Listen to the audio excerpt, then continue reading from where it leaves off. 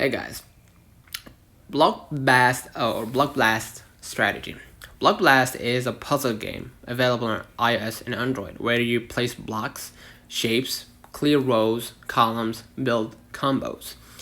So, plan ahead. Use the upcoming blocks preview to plan where to place current blocks so you don't fill the broad too quickly. Focus on combos.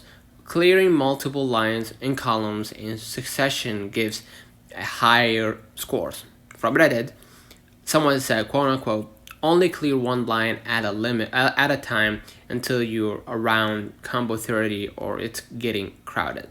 Set up combos for yourself. Manage space. Avoid placing large blocks that block future options too early. Keyboard less cluttered. Respond to shapes because block placements depend on shapes. Adapt your strategy rather than always using the same pattern. Patience beats speed. As noted in a blog, patience is key.